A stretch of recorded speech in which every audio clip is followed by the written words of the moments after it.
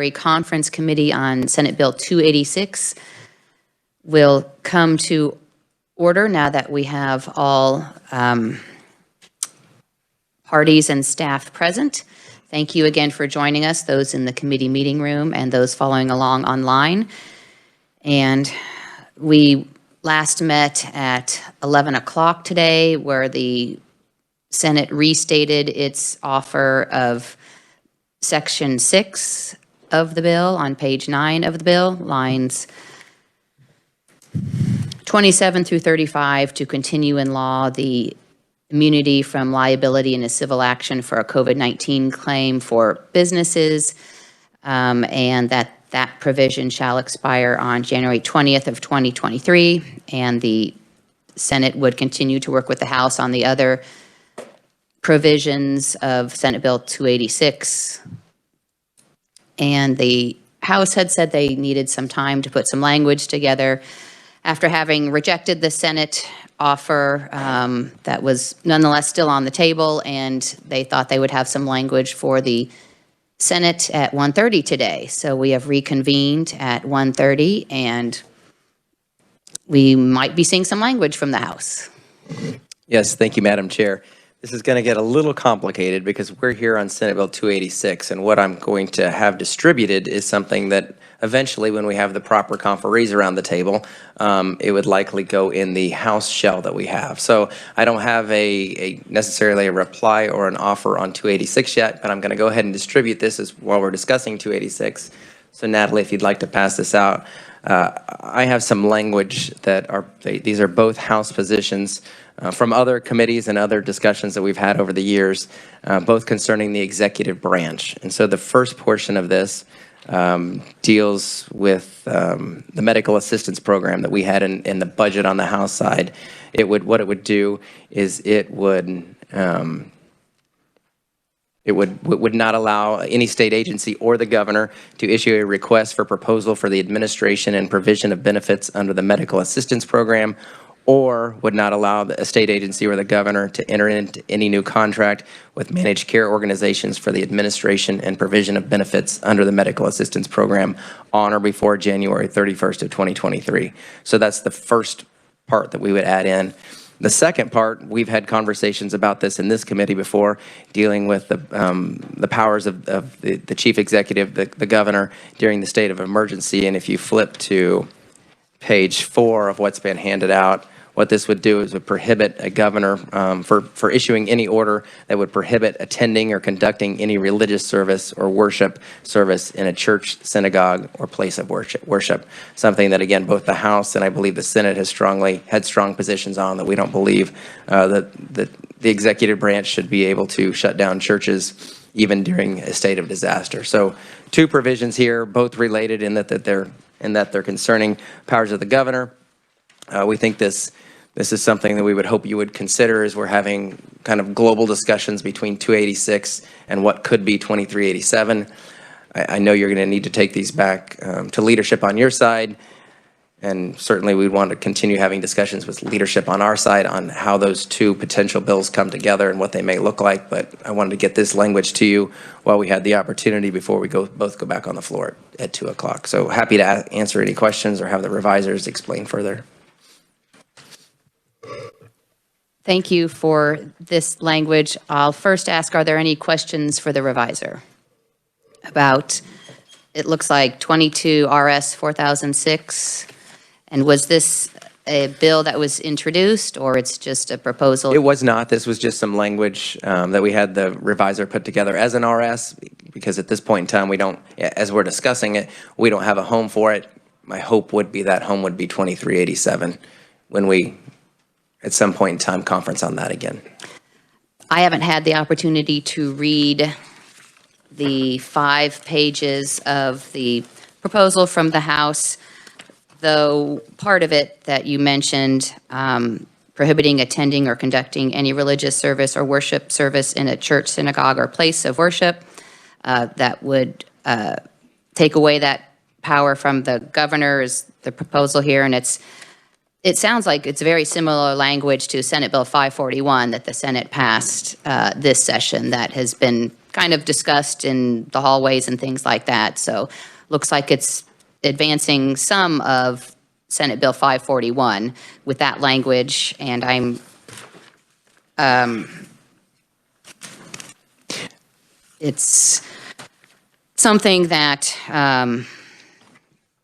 the Senate has been working on, and again, it was a product put to the House in Senate Bill 541. It's, like I said, it looks like some of that language is here in this proposal.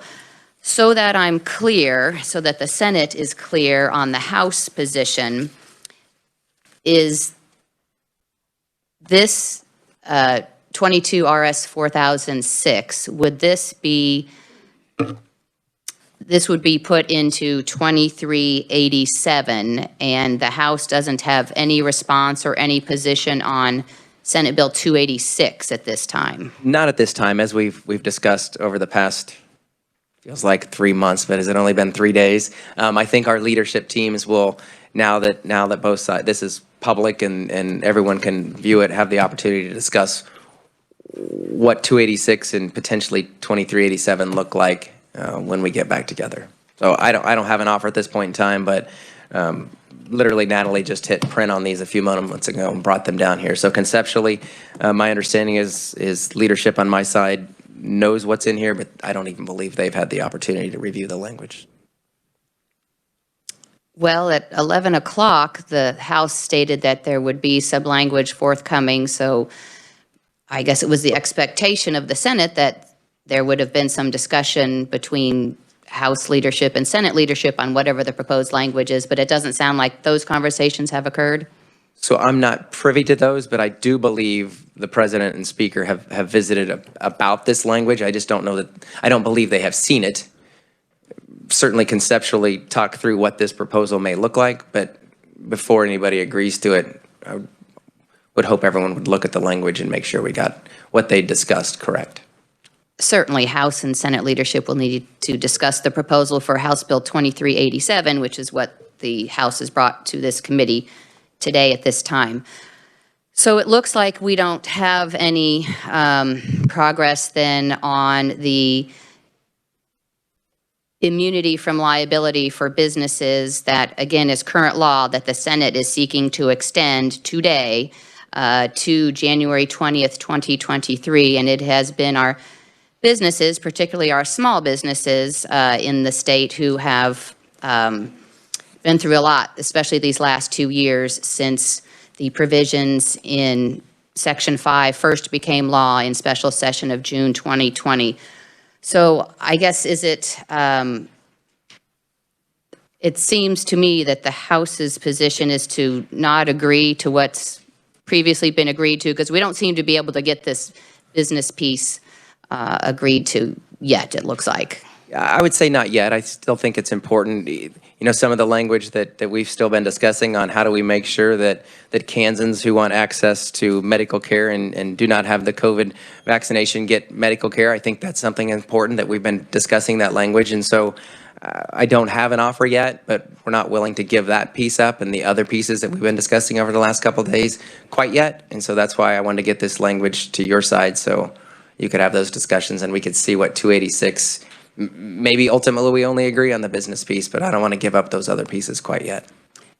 And just to be clear, the Senate does not want to either, but the Senate's position is we can still have those discussions on those other pieces and get the business liability protection in place today.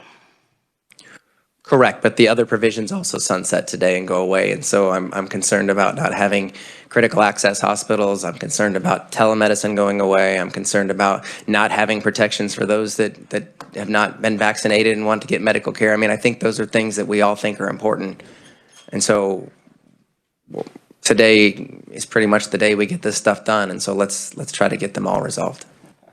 Right, and the position of the Senate is, well, let's agree right now that's been agreed on for the last 2 years, and I absolutely get that. we don't seem to be able to reach that, so. If we lose the bill, then I don't know where you're going to put that other language you think we can agree to. So that's, I just hate to give up a bill when we're at the point where we don't have other bills to put that content into. Well, I disagree that we do have some shells to put the other provisions in, which is what we've been talking about these last couple days. So Let's check with the reviser. I don't know that we have any other shells, do we? Mr. Chairman, you have one shell between the six of you, which is Senate Bill 286, and then you have the one remaining House Judiciary shell with Senator Haley as the conferee.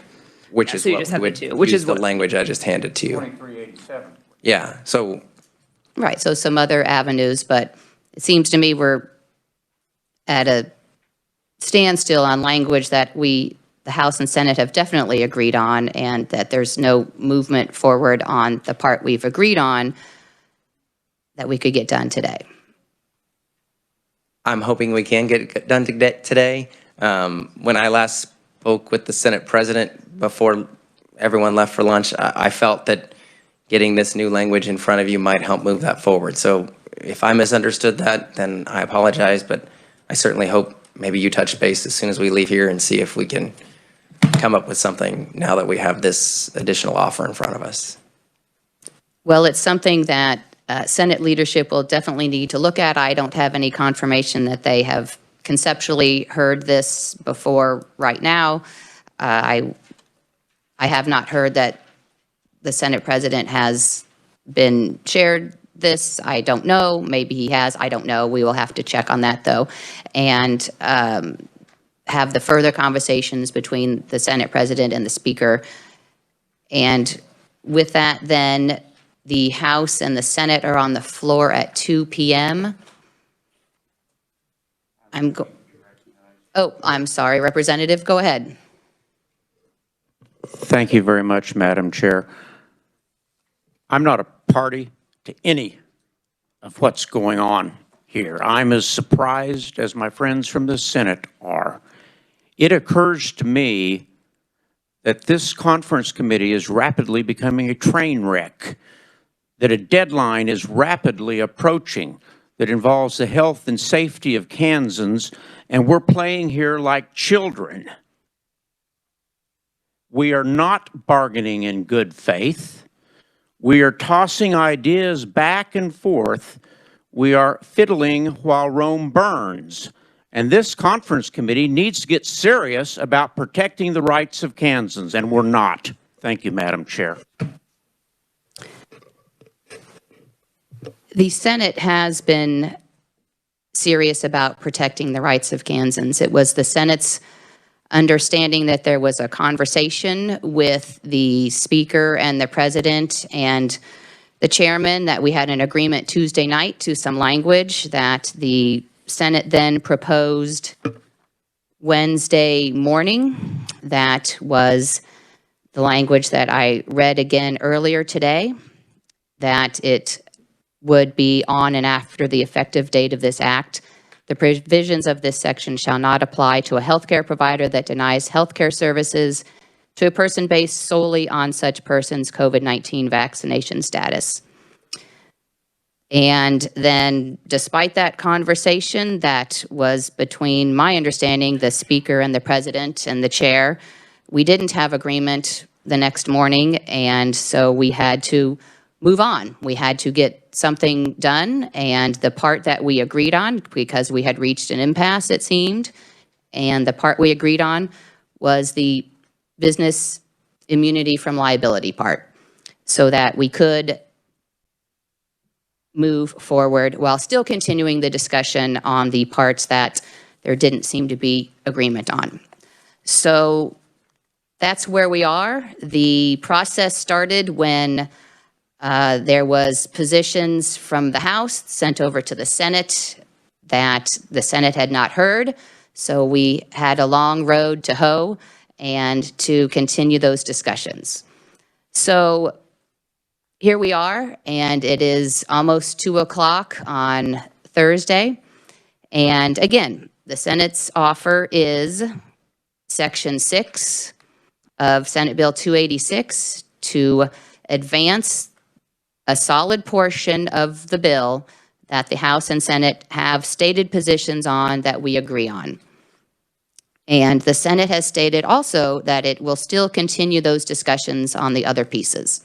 Some of that discussion has been presented by the House today at 1:30, and that is 22 RS 4006. So this committee here is not in a position to agree to the House's offer or to reject it. It is a conversation we need to have with leadership, and we will do that. And again, we will expect that the House and Senate leadership will discuss as well. Yes, Representative. Thank you, Madam Chair. Were it up to me, I would accept the Senate's offer right now. And when I say there's bad faith negotiating going on, I'm looking at my own chamber. And I think the House owes the Senate a substantive answer to your offer. Thank you, Representative. That's a helpful position that you just stated. So does the House have a substantive offer to the Senate's position? I think I was pretty clear that we do not. Our last offer is still standing from a couple days ago on 286. Understood, and then that's where we are. So we'll take back the offer on House Bill 2387 and inform our leadership that we still have no agreement on Senate Bill 286, and we will adjourn until, let me check.